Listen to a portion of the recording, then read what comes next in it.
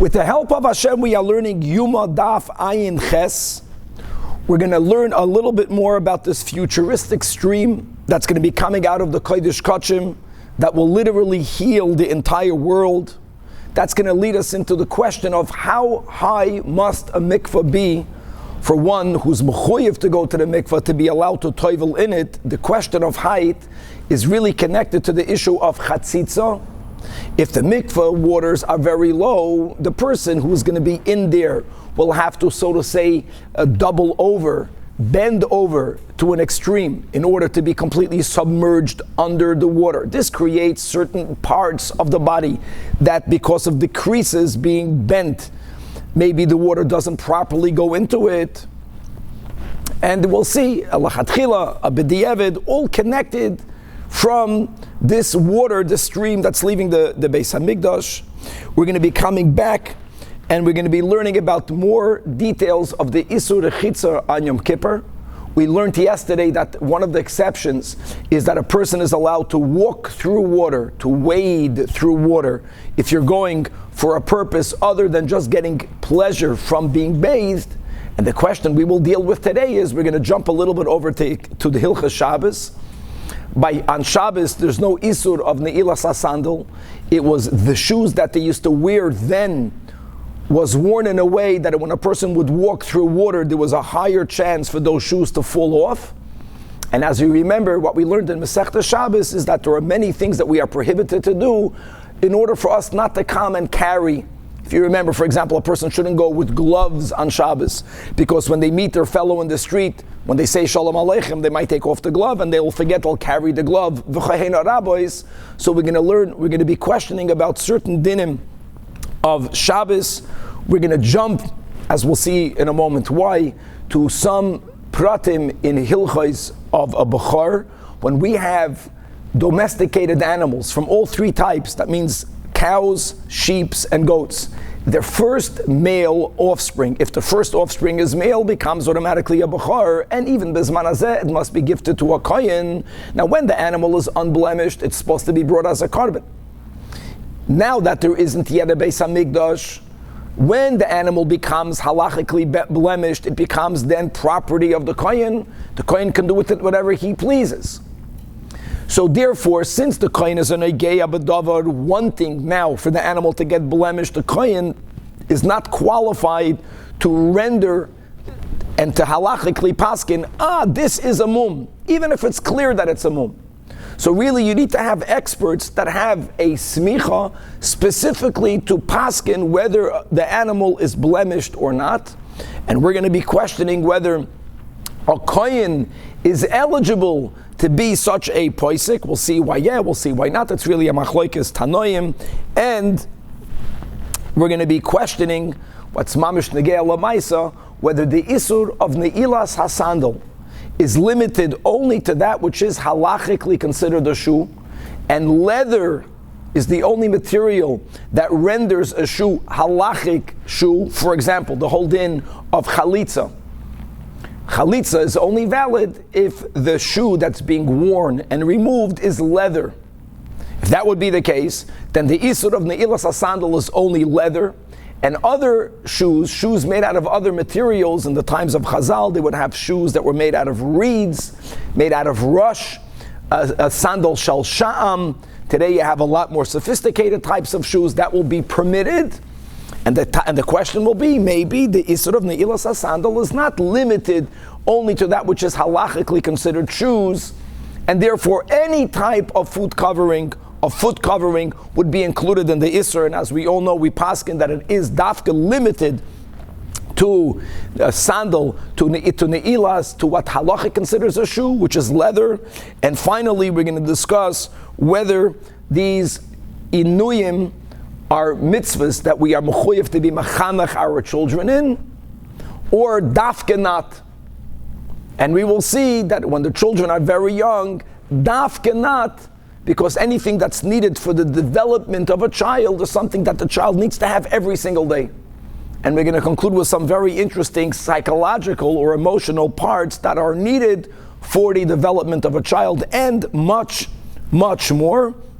I know the Amud Aleph looks very intimidating. Don't worry, Chevra. Daf Ayin Ches is little and Daf Ayin Tes is very small. Whatever we won't learn today, we'll, God willing, make up tomorrow. We left off on Daf Ayin Zayin Amud Beis. We are 4 lines before the bottom of the Amud. Again, learning about the stream that Yecheskel saw in his Nevuah that's going to be emerging from the Holy Temple in the future. Says the Gemara, Amar Rabbi Pinchas, in the name of Rab Huna Tzipoi Ra'ah. The spring that's going to be emerging from the Holy of Holies. So Batchila, we had this in Shkolim. In the beginning, that means when it goes out of the ground, it goes from little to big. It's the opposite of Olam Hazeh. You begin with big, right? You have a lot of money in your account, and then in just a matter of time, it gets smaller. It goes from big, you have a lot of food on your plate, it goes to smaller. Here it's Punk Fakert. It begins with an akuda, and then it's mispashet. So Batchila doime lekarnei chagavim. First, this is literally, it's the size. There's many drushes on the meanings of the examples that we are using. But let's first read Pashat the Pshat. It's going to be in the width of the antennas of locusts, which is very, very skinny. Kivin shigia lepesach heichal. Once it reaches the door to the heichal, it already gets bigger. Nasek echud shal sasi. So when you have these weaving machines, the looms, so the warp thread is skinnier than the woof thread. So first it's going to be in the width of the skinnier one. Once we come into the antechamber, we're going further out. It becomes already as thick as the woof thread. The last line in the Amid, then already and it becomes as wide as the mouth of a small flask. And now we understand behind the Tanan, Mishnah in Midrash, that Rabbi Eliezer ben Yaakov Omer, this is regarding the area through which the water exits. We learned this in Yoma, I think. We definitely learned this in Shkolim, that it is the most eastern of the Chatzer's southern gates. If you held up, so the easternmost southern gate is the gate through which the water will go underneath. And the Mishnah writes that Mayim, Daf Ayin Ches, Mefachim, the word Mefachim comes from the words Pach. Waters as wide as that which issues from the mouth of a flask. That's mamash what we just learned. Asidim li yoitzin mitachas miftan habayis. Because by the time it's leaving the threshold of the Beis HaMikdash, it's way larger than the initial little antenna of Chagavim. And Mekan ve'elach, once it mamash leaves the Beis HaMikdash, hoye mizgaber v'olam, keeps on getting larger, keeps on rising up. Rising up also means it gets wider. Until it comes to the house, to the door of the house of David. Now where is the Beis David? So the last Rashi on Daf Ayin Zayin Amud Beis writes that refers to Tzion, otherwise known as Har Tzion. And where is that? Chutz Yerushalayim. So David HaMelech's house is going to be right outside Choymos Yerushalayim. The path that the water will go on will go by mamish, the door of the house of David, back inside Daf Ayin Ches, 3 lines from the top of the Amid, and Kivin Shemagia LePesach Beis David. By now Nasek Kenachal Shoitev, it becomes a swift flowing, almost like a rapids stream, and it's going to be so mighty, so large, that now who can bathe in there? Zavim and Zavais, which is great, because we know that a Zav has to go to Mayim Chayim, and it's not Taka Mayim Chayim. In other words, it's spring water, which is why we don't care that it's Zoichalin. Normally by May Mikvah, Zoichalin is completely invalidates the mikvah. It has to be Ashboinen. Zavin and Zavais and Nidois and Yoldois. Shenemar, as it says, a pasuk in Zechariah, that by Yoma hu yiyem makoir niftach, there's going to be a spring, a source of water that will open up, and the pasuk specifically links it to the house of David because it's going to be passing by his house. Uli yoshve Yerushalayim, and those waters will be used lachatas ulenida. Here the word chatas, as it means many times, it's in the positive. For cleansing, lachatas means for cleansing. It's like the mechatas by the paraduma. And ulenida means for purification of a nida. So now came along Rabbi Yosef and he made a gavaldik halachic observation. Why is the pasuk linking this makor, this spring, that it's going to be a mikveh, it's going to be a source of water for cleansing when it passes by Beis David? The water is going to be available prior to it reaching there. And now we understand the answer, because only when it reaches the Beis David is it going to be very large, like we just said, right? It's going to be a nachal shoitev. So that says Rabbi Yosef. From here we learn that the water needs to have a minimum height for it to be valid for a mikvah. Mikan remez that lenidam shetzricha leishav atzav arabamayim, that the mikvah waters has to be up until her neck, like we mentioned in the intro, because if it's going to be lower down, then she would have to bend over more for her to be submerged underwater. And it's not only a nida, it can be by a zav. And then the creases in the body, according to Rabbi Yosef, creates a chatzitza. It's an interposition. The water has to be mamish on all of the body. A lot has to be spoken about this, but let's just read the bottom line. Says the Gemara v'lei silchas hakavasei. We do not paskin like Rabbi Yosef. For people that know today, mikvahs are actually dafka not that tall. Lechatchila we paskin that the mikvah should be a zeres. A zeres is the space between the tip of the thumb and the tip of the pinky. A zeres, which is called, I think, a hand span, is exactly half of an amma. It means if you're going to measure an amma from the tip of your middle finger until your elbow, 2 zeresin, mamish, make up an amma. Lechatchila, the waters of the mikvah should be 1 zeres above the navel, above the belly button, which is dafka why mikvahs have steps, because many women have different heights.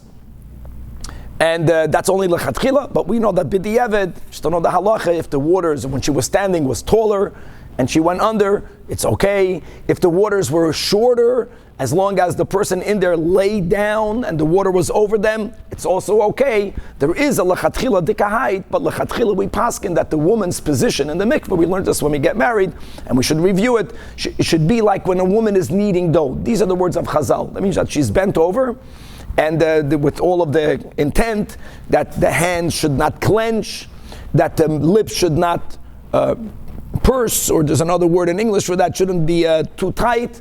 In all of these things, b'diavad, you can't say that the mikveh is not kosher, but there is a lot of effort needed for a woman to be in a position where the water is able to enter to the most that we are able into all of the circumference and all of the periphery of the body, which is also why l'chatchila we don't go into the ocean, because when a person is going into an environment, into a mikveh where a person has certain fears, or it's uncomfortable, or it's very cold, it's very difficult to be mindful in getting in the position that creates the minimum amount of chatzitza possible. B'diavad it's okay because of the rule, kol haroya lebila, since it's ra'ui, v'chulei, and let's go weiter. Okay, now Rashi takes out the parentheses, and we're going to be jumping for a while from Yom Kippur to Shabbos. We're going back to that which we learned yesterday, that the rechitza is a limited prohibition.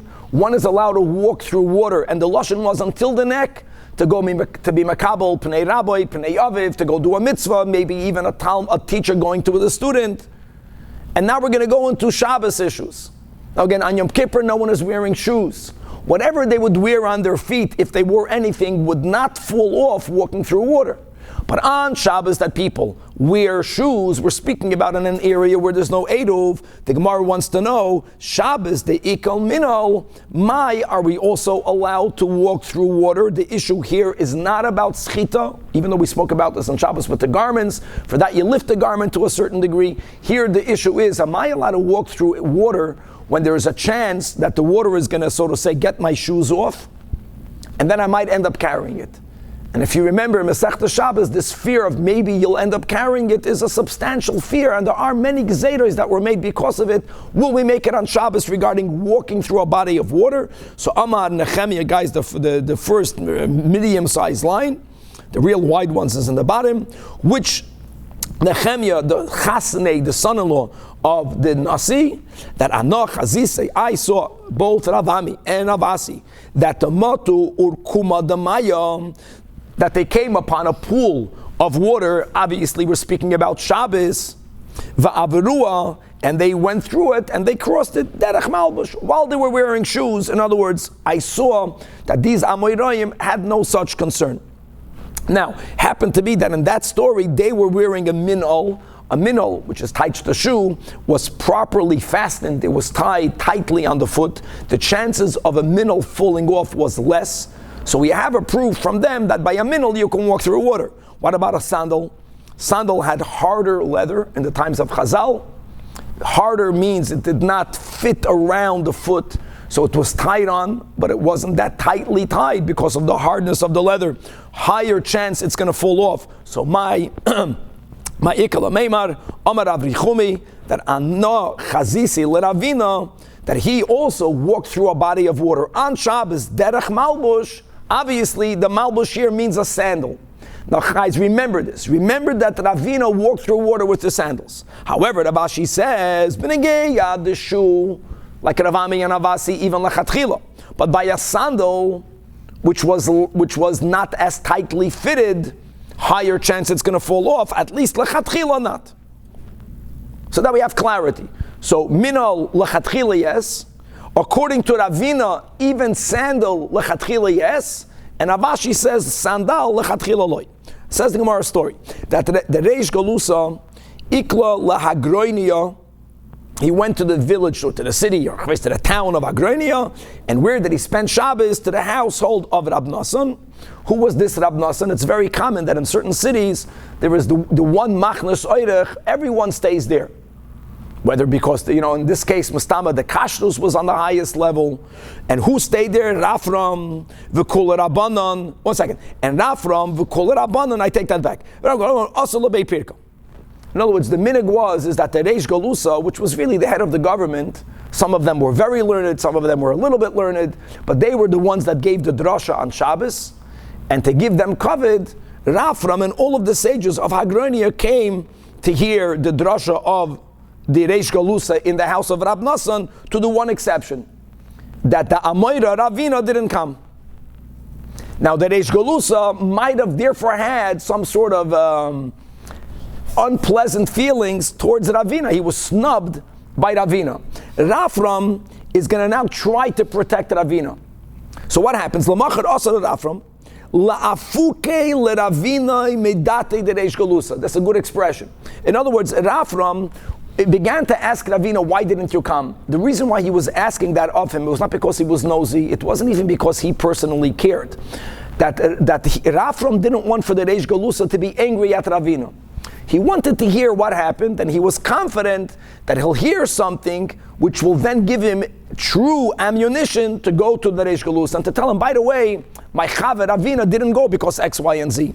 Don't be upset at him. That's called la'afuke le'Ravina midaite de Reish Galusa. And Amar Lei, so now Rafram asked Ravina, why didn't you come here, the drasha of the Reish Galusa? So Amar Lei, he told them practical, because my feet were hurting. And by the way, then if many people walk without shoes, if the bottom of your feet are hurting, you're not going to walk. So he counters. He tells them that's not good enough of an excuse. You should have put on your shoes and come to the drasha. So Ravina further clarified, no, that Gaba de Karoihava, the top of my feet were hurting. In other words, putting on shoes would hurt me. So he told him, fine, you should have put on a sandal. It's here clearly you see that the difference between a minon and a sandal, they both share the bottom, the sole. You're not walking on pebbles, but the minon was covered by the top, like our shoes, and the sandal also like our sandalim. There's less stuff on top of the foot.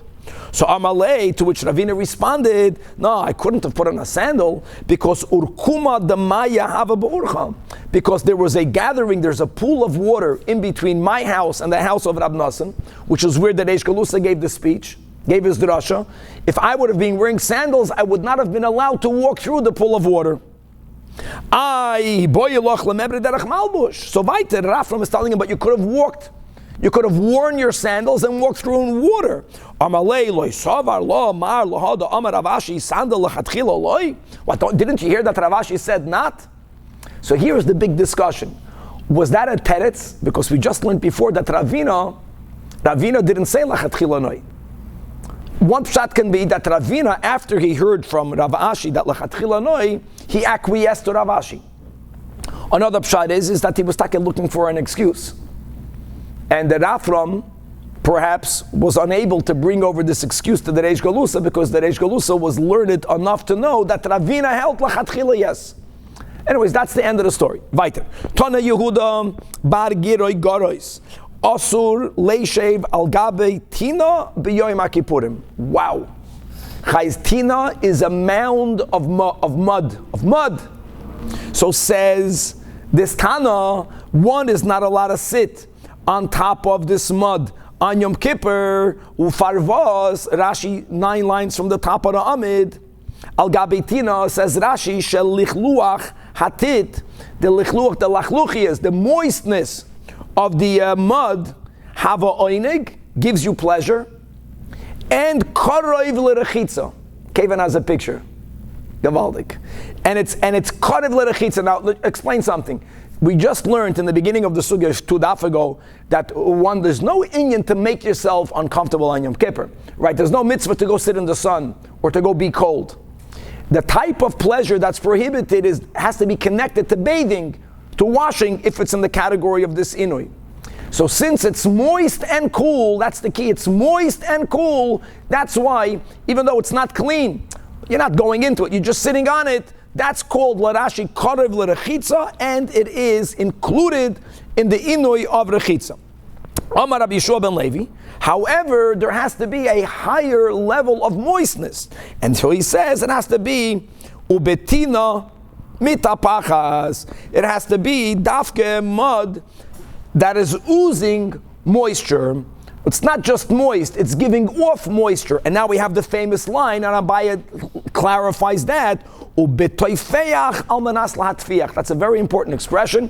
Tefeach al manas latfiach means that how moist is it that the item that it touches itself becomes so moist that it can further give off moisture.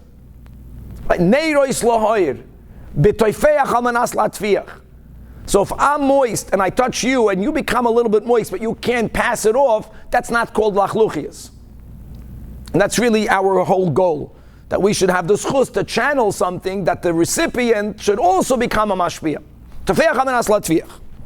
Okay, weiter. Omar Rav Yehuda, that indeed it's not just about the pleasure of getting cool, but it's about the pleasure of getting cooled off from something that's moist, and therefore mutar le'tztanan bepeiros. If a person is hot on Yom Kippur and there was no air conditioning then, and they have a pile of apples, and the apples are cool, you can go in the pile of apples. You can cool off with fruit.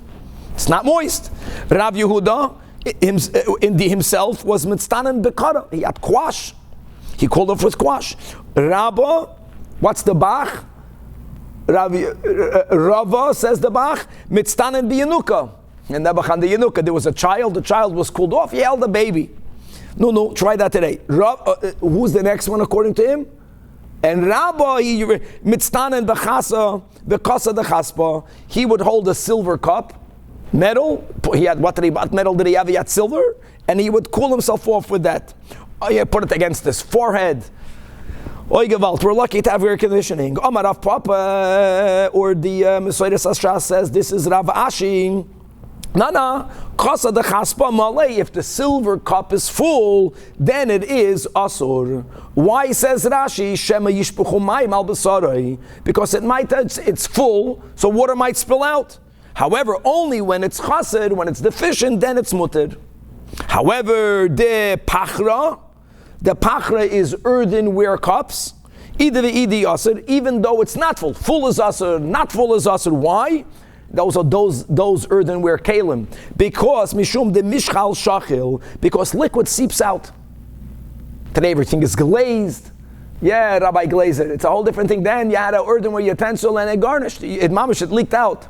It means when you filled it up with mashke, you made a lachayim ASAP. If you didn't make a lachayim, before you turned around, there was nothing left. Okay. Here again, here it's Rav Ashi. Before, a lot of girsois. Rav Ashi Yomar. Kasa de chaspa, or Rav Papa Amar. Kasa de chaspa, even chassid, even if it's not full nami yasur. It's not going to ooze out. It's not going to overflow. There's another issue. He holds mishum dim miz darev, because the cup itself, the silver is slippery. So the cup will slip, and then again, Rashi says, and the water will fall on you. But we have to have foresight. It's not that I didn't have kavanah to get wet. I only wanted to cool off. You have to be careful that if it's an item that might slip, that might spill, that might ooze, be mindful of that and don't touch it even though you need to cool off. Ze'ira bar Chama. They're not worried that you might drink it. Yeah, they were not worried they might drink it. A very good point. You might wash, but not that you might take a sip. No, because everyone knows, even according to the shitas, that everything is us and midoiraisa, kares is on drinking. And you're not even bathing, it's only if it might slip, so your toe will get wet. Yeah, it makes sense. People might treat us lightly, and the point that we learned yesterday is that the Isser Rechitza is even on the minority of the body, on one Aver, if it's L'Shem Tainuk.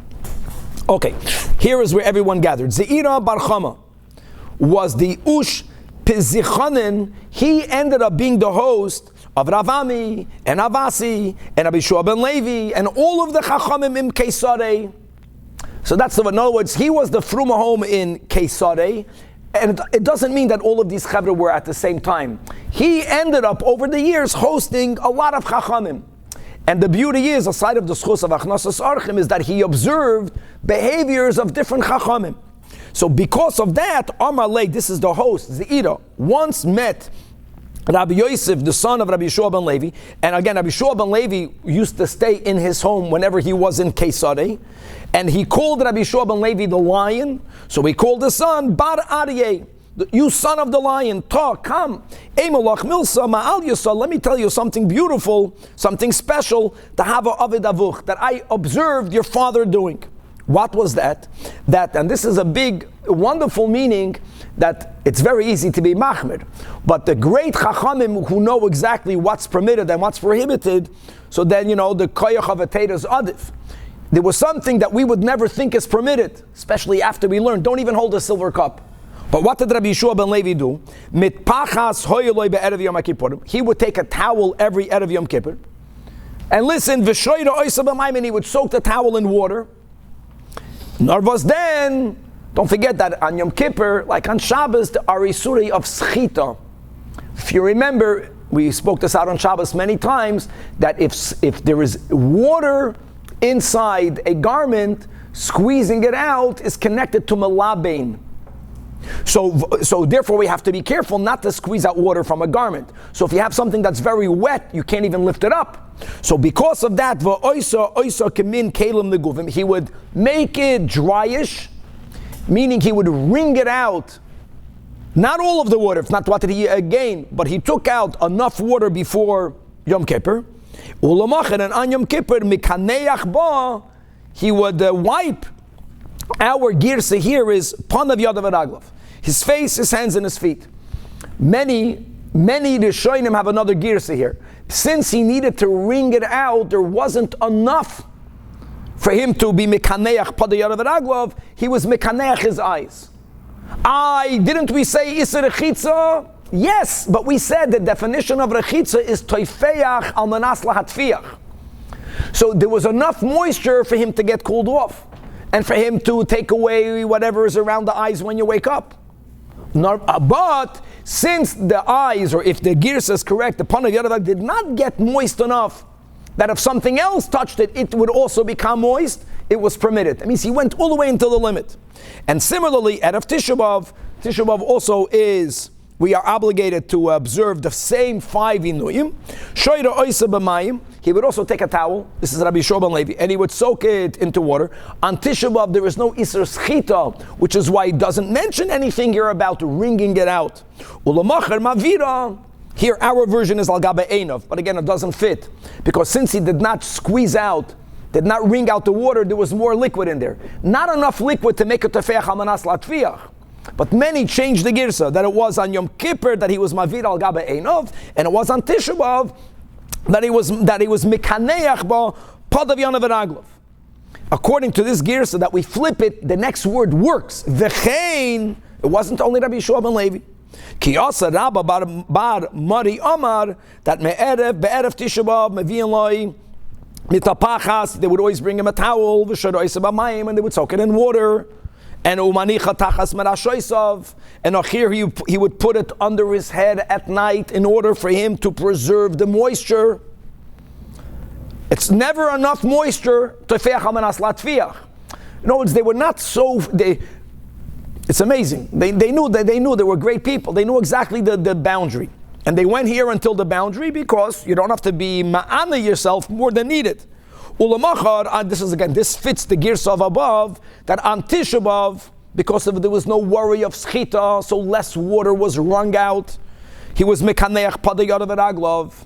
It was never to feach amanas latviach. Be'erev Yom Kippurim beviram leimat pachas. He did the same thing, but since schita v'shoyra oisav amayim, they would fill it up with water. But v'oisa kemin kelim legufim. They would then partially dry it out. They would wring it out. They would squeeze it out. Ulamachar, and on Yom Kippur, ma'avira al gabe einov. And Chavre, today we know in Shulchan Aruch that when you wake up in the morning, we just learned the Tosfos, right, on last Amud, Mishum Shifta, that we wash negelvaser dafka until the knuckles. You have a Gavaldik letter from the Rebbe's father that explains that because of the great Kedusha of Yom Kippurim, the Ruach Ra that remains on one's hands has lesser power. It only is able to go until the knuckles, which is why Negel Vaser Yom Kippur is until the knuckles, even though after Yom Kippur we have to properly wash our hands all the way down to the wrist, but we wash our hands in the morning, and one is allowed to take that water and to be Ma'aver al Gabe Einov. That's the way we paskin today. And that for sure is connected to that which we are learning right over here from the great lion from Rabbi Yeshua Ben Levi. All right. That Ipcha Amratlan, that your version was the way it was written before. You told us that this was done both on Tisha B'Av and on Yom Kippur, but your version was that on Erev Tisha B'Av he would wring it out, and before Yom Kippur you didn't mention that. And we Taka refuted your version. The Oisvinach, no, that the issue of schita is only connected to Yom Kippur. And yeah, he used the towel on Tisha B'Av, he used the towel on Yom Kippur. It must be the way we just mentioned, that when would he wring out the towel, Kimin Kalim Neguvim Dafka Erev Yom Kippurim. Amar Rav Menashe bar Tachlifa. In the name of Amar Rav Amram, in the name of Amar Rabba bar Chana. Sho'alu es Rabbi Elazar, put the comma here, not Rabbi Eliezer Hazokin. Rabbi Elazar, this is the Amoira. Rabbi Elazar ben Pedas. Now there were two questions that were asked of him. The second one is related to Yom Kippur, which is why we are also already relating the first as well, which is not Bachlal connected to Yom Kippur, and that's the beauty. We get to learn here, we get to learn there. So me'inyan to a whole different inyan.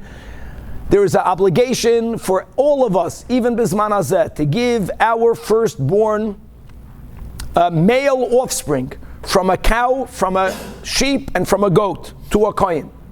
And if you remember the pratim, that we have to raise it only up until a certain age, after which we give it to the kohen. If there is a Beis HaMikdash, when there is a Beis HaMikdash, the kohen has an obligation to bring it as a karban b'chor. When there is no Beis HaMikdash yet, he can't do anything with it. He has to wait until it gets blemished. With all of the forewarnings that the kohen who's in a Ge'ah B'Davar not only obviously may not be Matal Mum B'Kachim, but once the animal gets a blemish, the kohen, as learned as he is not qualified to paskin that this is called a blemish. Happens to be that just like nowadays, let's say a person can get shimush in a Beis Din just for maris. You can get shimush in a Beis Din only for safrus. They're specialized fields for which someone today will get the authorization to paskin halachas. So one of those specified fields then, when people owned animals, was a person should get a permit, a smicha, in order for him to paskin regarding blemishes. And actually, there were certain kibudim that were left dafka for the nasi in Eretz Yisrael. If you wanted to get a permit to be mater mumin, you needed to get your smicha signed by the nasi. So they asked Rabbi Elazar, Zakin v'yoshev v'yeshiva, who needs to get the smicha? A balabas. What happens if you have a Zakin v'yoshev v'yeshiva? Rashi says, if someone is a member of the Sanhedrin, if someone is sitting in the Sanhedrin, For him, these details, of course he knows them. Tzarech litel reshus, does he also have to get a permit, a smicha from the nasi to be matir b'chayroi? So yeina tzarech. In other words, the Gemara clarifies, what was underlying the question that he asked Rabbi Elazar ben Pedas? Hachi kami ba'Elyahu, ki ha da amar Rav Idi bar Oven, that davar zeh, that there were certain kibudim that they left for the nasi in Eretz Yisrael, and one of them was hinichu lahem levei nesiyah. And why did you need to get the permit from the nasi? He wasn't always the most learned, but they did it kidei li'izgader boy. They wanted to make sure that he's held on high esteem. So once certain things, you need to have you sign the check. So then people are machabed you. In order for the nasi to have more kibud, they made the rule that you need to have a heter. You need to have a smicha to be matir b'chayris by determining whether whatever you see is halachically a blemish or not. The nasi has to be the one giving the smicha. So therefore, you have to give him kavod. Tzarech litel reshus. The counter is, balabas needs to have reshus, even a rav. But if someone is a member of the Sanhedrin, come on, he already knows that. Oidil nakivan the zaken v'yoshev v'yeshiva ein tzarech. So that is what they asked of Rabbi Elazar. So Amar Rab Tzadik ben Chaluka al Ragla v'Amar, before Rabbi Elazar responded, that Ani ro'isi es Rabbi Yosi ben Zimra, that shezaken, v'yoshev v'yeshiyah v'amad b'ma'ale mizakeno shel zeh, and he once stood in front of the grandfather of the current nasi. He went to the nasi of his times, and v'notal reshus lahater b'chayros. In other words, the best thing is hamaisu hu ha'ikar. In other words, you have a story that I witnessed how a member of the Sanhedrin got reshus. Is that even though that you're taka sitting in the Sanhedrin, but this kibud that they afforded by saying that if you want to have the smicha to be matir b'chayris, you have to get your permit, so to say, from the nasi, goes even to a zaken that's yoshev v'yeshiva. So Amalei Rav Abba, no. I know the story, but you don't understand that story. It's not connected to what we asked here of Rabbi Elazar. The same person. You're right. It was Rabbi Yosi ben Zimra. Rabbi Yosi ben Zimra himself was a kohen. The issue wasn't not whether you need to get authorization. There was another issue. Is a kohen eligible for this authorization? Don't forget that the Chazal said, the Rashi quotes from Sanhedrin, that a kohen is never allowed to be matir his own b'chayr, because he's a negeh b'davar. Even if he's the greatest, even if he would have had the smicha, it's not negeh. A kohen cannot be matir his own. So the issue that you remember you're testifying about is not whether he needed to have the nasi to sign off, whether he needs authorization, which is what they asked of Rabbi Elazar. There's a prior question: is a kohen eligible? Whether he needs the smicha, whether he's already lamusmach because he's sitting in the Sanhedrin. So v'hachi kami ba'yalei. This is what the issue was. The issue was, now this is actually a machlokes tanoim. Do we say halacha kirab meir? The Amar that hachashud bedavar, which is the case of a kohen for his own womb, since he's chashud for himself, loy danoi, he may never judge such cases with others. V'loy me'idah, he may never testify for others. So in other words, do we say that a kohen is not even eligible? Oidilma, we paskin like halacha Rav Shimon ben Gamliel. What does Rav Shimon ben Gamliel hold? That no, even though the kohen is not believed for his own b'chayrim, but nemanu al shel chaveiroi, even though ve'einu neman al shel atzmai. And yet that's what happened. And when he came in front of the zayd of the current nasi, the question he doesn't speak about whether he needed the actual smicha.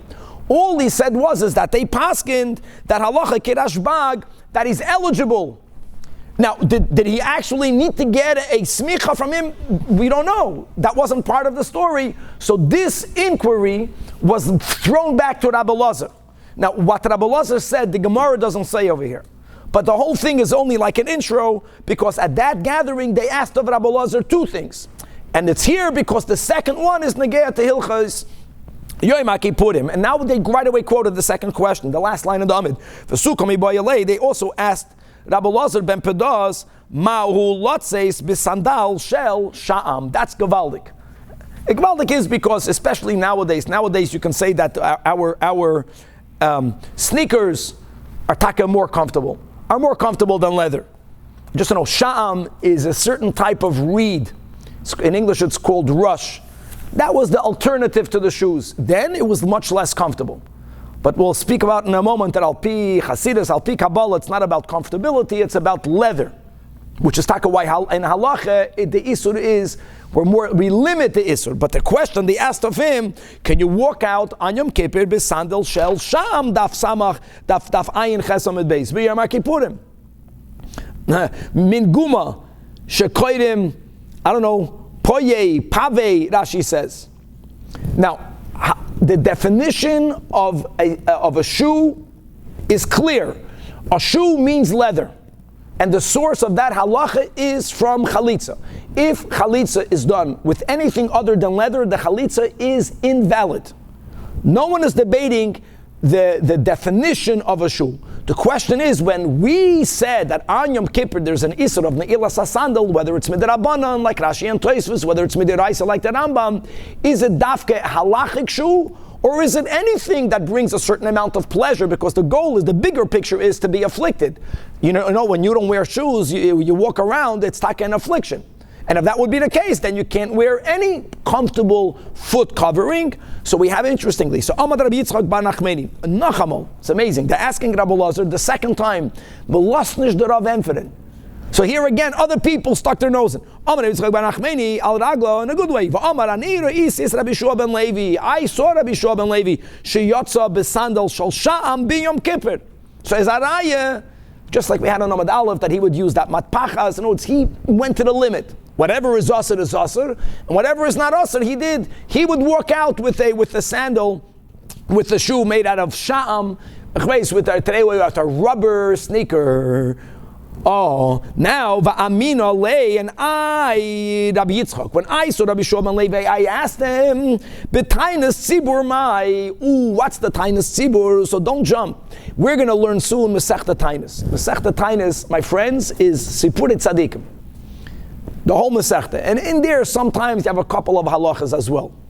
One of the topics that are discussed in Masechta Tainis is that if there is a drought, we're speaking specifically about Eretz Yisrael, where the rain season was Mar Cheshvan, Mar Midli, so there were series of fast days. Once the second series were enacted, we'll learn this soon. Those were fast days that were Oy Gewalt. Those second series were imposed on all of the congregation, on all of us, and we were obligated to have all the 5 Inuyim. Let's learn this Gemara, Kishitas Rambam. It's going to be easier to understand it, even though it doesn't refute to other opinions. On Yom Kippur, the 5 Inuyim are Midoraisa. These tiny Yois Tzibur, again, the second series is for sure Midrabanan. Now, there is a back and forth. Sometimes we say, by Doiraisa, you have to be more Machmir, and by Yadrabanan, you can be more lenient. Sometimes we say that Divrei Chachamim Tzrichim Chizuk. Sometimes, as an irony, Dafke, for people not to take Divrei Chachamim lightly, they were even more Machmir. So the question was based on this latter logic.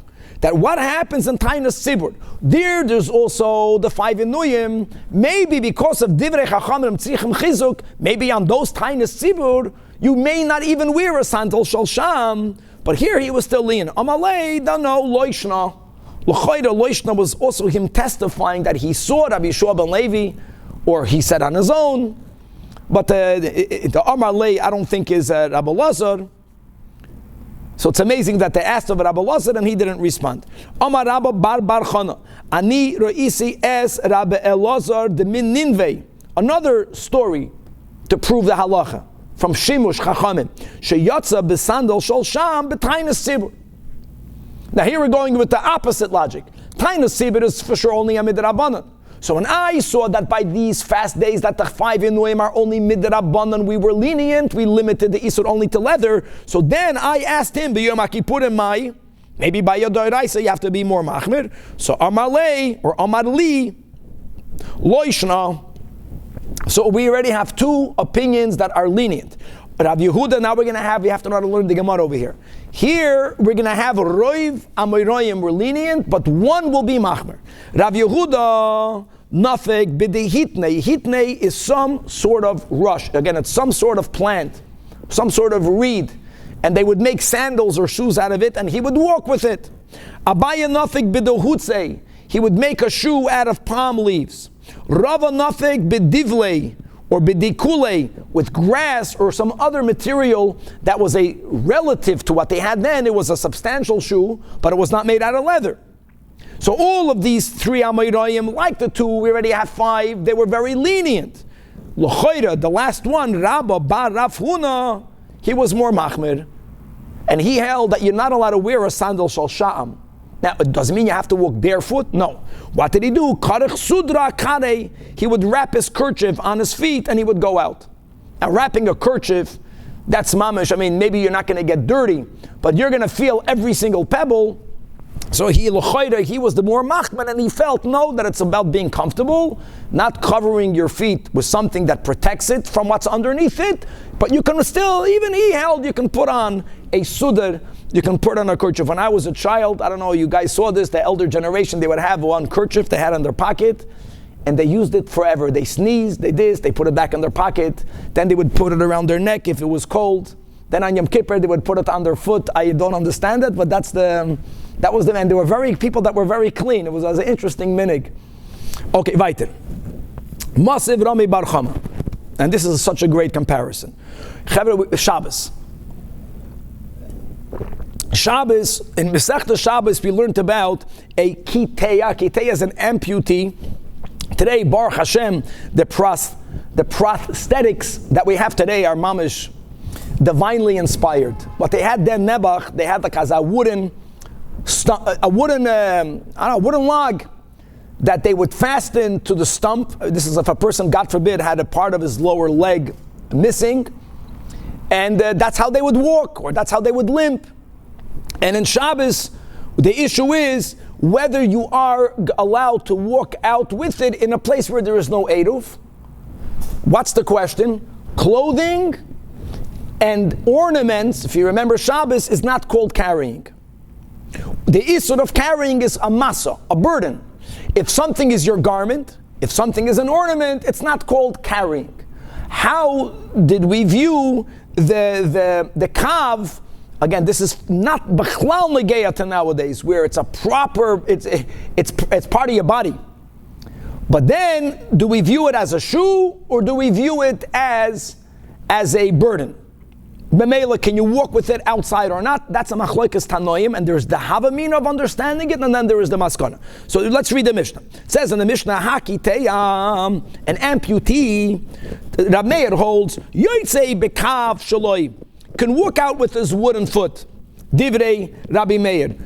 Clearly, Rabbi Meir classifies the wooden foot, the prosthetic, as a shoe, as a min'ol, and garments are not burdens. No problem. Rabbi Yosi oiser. The havamin of the Gemara is that Rabbi Yosi classifies that wooden leg not as a shoe. It's not a min'ol. And therefore, if it's not a minol, and it's certainly not an ornament, so then it's considered a burden and it's asur. Now, guys, don't forget that what we just learned right now is that if something is not a shoe, then on Yom Kippur you can wear it. However, so here's the problem. That's the kasha of Rabba Bar Huna. Of Rami Bar Chama. That on the Mishnah there is a braisa, v'tani Allah. And what does it say in the braisa? V'shavin, both Rabbi Meir and Rabbi Yosi hold that asur lotzeis boy b'yom kippurim, that you can't walk out with this on Yom Kippur. And here the question is, based on our havamina, that Rabbi Yosi understands that what? That it's not called a minol, it's called a masoi. According to Rabbi Yosi, therefore it should have been permitted to walk out on Yom Kippur. We're not speaking about the carrying issue. That's another issue. We're speaking about just you can't wear sandal, ne'ilas sandal. We just established, according to almost all of the Amoraim, that anything that's not a sandal is not included in the inui of ne'ilas sandal. It's not leather, right? It's for sure not leather. It's for sure not leather. You can let Rav Meir here, even though it's not leather, but it's considered a shoe. But on Rabbi Yosi, The kasha is on Rabbi Yossi based on the Havamina. So Amar Abaya, no. That you didn't get it correct. That over there, the Mishnah and therefore the Braisa is addressing another issue.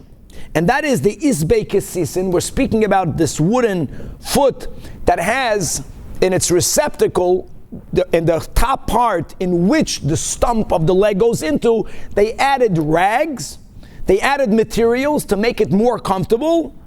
And so what? Umishum tainug. The reason why Vishavin, the Braisa says, is that Asur is because it's so comfortable, it gives you pleasure, and right away the Gemara counters that. Again, we learned already yesterday that the Isur is not because of Tainug. We learned a few days ago, various Braisas. It's not every Tainug that's prohibited.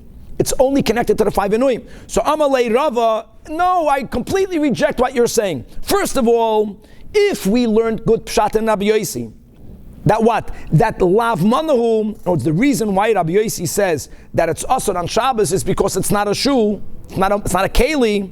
What? Just because you put in rags, you make it into a keli? That for sure not. But you're going to say, no, Abaya emphasized the tainug. Who cares? Who cares what? You can't sit on a comfortable chair on Shabbos? Cold tainug. Any other pleasure that's not a minol, no. There's nothing wrong with being comfortable on Yom Kippur. V'haraya, and he brings a great proof. Even the Amoira that was machmir, not allowing one to wear a sandal shal sha'am, he put on the kerchief around his foot. Why? So it should be at least epis more comfortable. V'haraba barafuna have a karech sudara kariv enafik. So no, that's not pshat in the Brais. And more, v'oid, since it says in the Seif of the Mishnah, and don't forget that the Braisa was written on the Mishnah, but since it says in the Seif of the Mishnah that im yesh loy beis kibul, there were two types of prosthetics. The latter one had a receptacle. That means that the top part of this wooden leg in which you put the stump wasn't flat, but it was even more comfortable. It had an indentation. Now that goes into a whole different topic. And that is, when it comes to the laws of Tumah V'Tara, there is a rule that Pshutei Klei Eitz, that flat wooden ware are not susceptible to Tumah. But even if something is made out of wood, if it has a receptacle, then it's considered a keli that is susceptible. Not that it's tummy, it's susceptible to Tumah. So the Mishnah writes that im yesh lebeis kibul kesisen, if there is a place for you to put rags in, which would demand of you making a indentation or hollowing it out on top of this wooden leg, then tummy means it's susceptible to Tumah. So says the Gemara Mechlal, the fact that the Sefer speaks about a beis kibul, Tereisha, there's no beis kibul. If there was no beis kibul, there was nowhere where to put the rags. That's the way they did it then. So Abaye is completely rejected. The reason why it's asar on Yom Kippur, the Kula Alma Minalhu. Even Rabbi Yossi holds it's a shoe. That's why.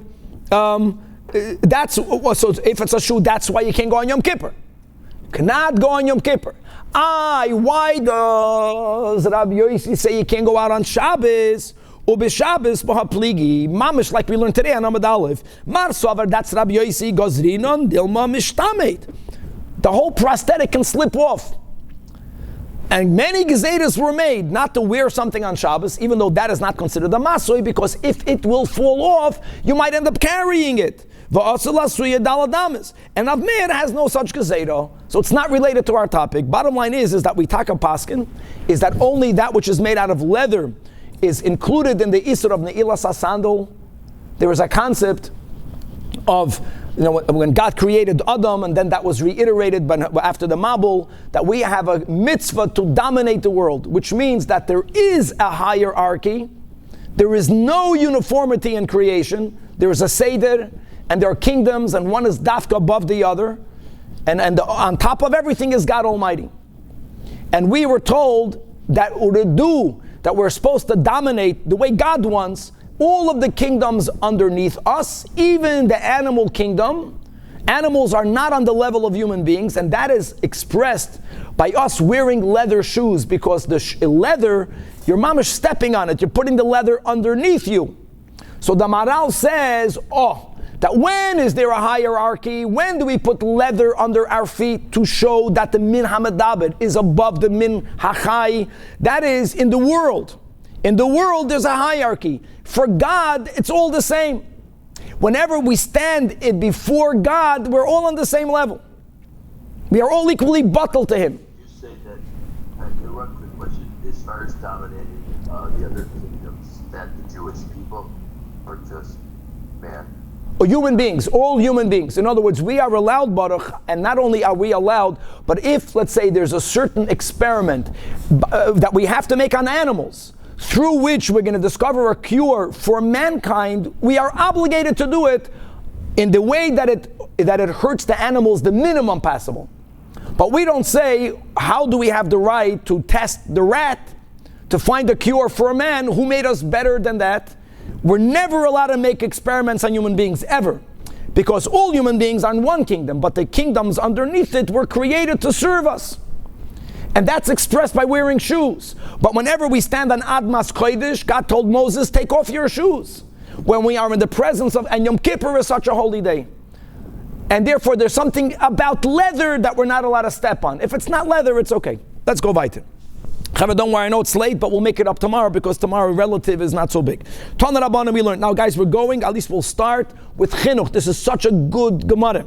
We learned in a Braisa. Tinoikos means small children. Dafke, I'll speak out in a moment. Small children, mutarin bekulam, they are allowed, lechatchila. With all of the inoim, obviously we're not speaking about the fifth one, but we're speaking about eating, and we're speaking about drinking, and we're speaking about bathing, washing, and anointing. Lechatchila, you can bathe them, you can anoint them. The only one that we're machanach, even young children, is for them not to wear leather shoes. Chutz min sandal. That's what it says in the Tanach. Tanach Rabbanan. Now the Gemara wants to analyze farvos. Before we go on, just to make it clear that the Tur and we Ashkenazim, the Ramah, says that once the children are within 2 years of their bar mitzvah, which is when we begin to educate them in not fasting the whole day, but beginning to fast partially, once children are already being educated in partially fasting, from then, we should not bathe them, we should not anoint them. That's why the lashon of the Tanach is tinoikos. Tinoikos means that when it comes to eating and drinking, we dafke feed children on Yom Kippur. Before the Shazon Shulchan Aruch, there is an age younger than which they're not allowed to fast at all. So when they are not included in any type of refraining from eating and drinking, bathe them, anoint them. The only thing, no shoes. The question is, why is shoes different than the other inoim? Chinuch? Guys, this is a very important Gemara. My shna ne'ilas sandal. So the Gemara answers, because the Amri in Shei of delay, because if someone is going to see your child walking with a shoe, so then Rashi reminds us a very important din that we have in Masechta Yevamis. And that is that even though children are not obligated in the mitzvahs, but we are not allowed to, with our own hands, that's the words of Chazal, give them something that's prohibited. So let's say if a kid is so young that he's not yet being educated for keeping Shabbos, and they're opening and closing the light, you don't have to stop them. But for you to bring a child to open or close the light, you're not allowed to do that. And that's learned from Parsha Shemini by the Shiratzim. The Torah says, Loi soichlum, there's an extra, don't eat them. And Chazal say, read it, Loi sa'achilum, don't feed them. No, it's biyodayim, don't bring them a prohibition. So maybe the reason why kids are too young to put on the shoes on their own. So therefore, if the reason why shoes are an exception is because people are going to think that you put it on, Hanak Nami, washing and anointing also. If a kid is going to come to Shul on Yom Kippur, bathed, washed, what, he did it by himself? If he's 2 years old, is Amri Inshi of delay, they're going to say that the parents did it, and doing it, l'chayr is aser. So the Gemara says, no, even if a child comes to shul bathed, people are not going to think that you did it on Yom Kippur, they're going to think that you did it prior to Yom Kippur. So counters the Gemara, sandal nami. Even if the kid comes to shul with a sandal, people are going to say that it was put on him before Yom Kippur. So the Gemara says, no. Sandal loy efshed, deme esmol of delay. No one would think that the shoe was put on a child yesterday and he slept with shoes. We're not supposed to sleep with shoes. To Amar Shmuel, who was a doctor also. If you want to experience the taste of death, I don't know why anyone would want to experience that, but if you would like to experience the taste, you should do, sleep with shoes. Lisiyam misane, put on your shoes. So therefore, no one will put on the shoes on the child. So if he comes to shul on Yom Kippur with leather shoes, they're going to know you put it on Yom Kippur. That you're not allowed to do. The Gemara says that's not pshat, because it's not about what other people will say. The lashon of the Brais is mutarim lechatchila ktani. We are allowed to wash our kids on Yom Kippur. Biyodayim.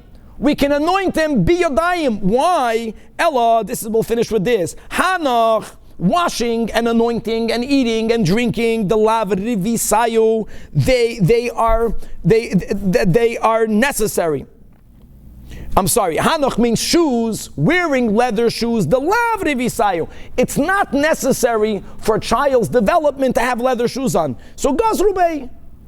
Yeah, let the kid already have chinuch. A kid is also, not the kid is not obligated, the parents are obligated to educate the children. But Hanoch, everything, food, eating, drinking, anointing, and washing. That's important for the child's development. The rivisayu, if they're not obligated, let them do it on Yom Kippur. Biyodayim. Legozar Rabbanan. And Abaya says, Amrili, my nursemaid told me that the Revise de Yanuka, the development of a child requires every day, Maya Chamima Umishcha. Take a hot bath and get anointed with oil. And when you get older, aside of the bathing purta, when you get a little bit older, beyasa bekutza, you should already give the child egg protein in the kutach.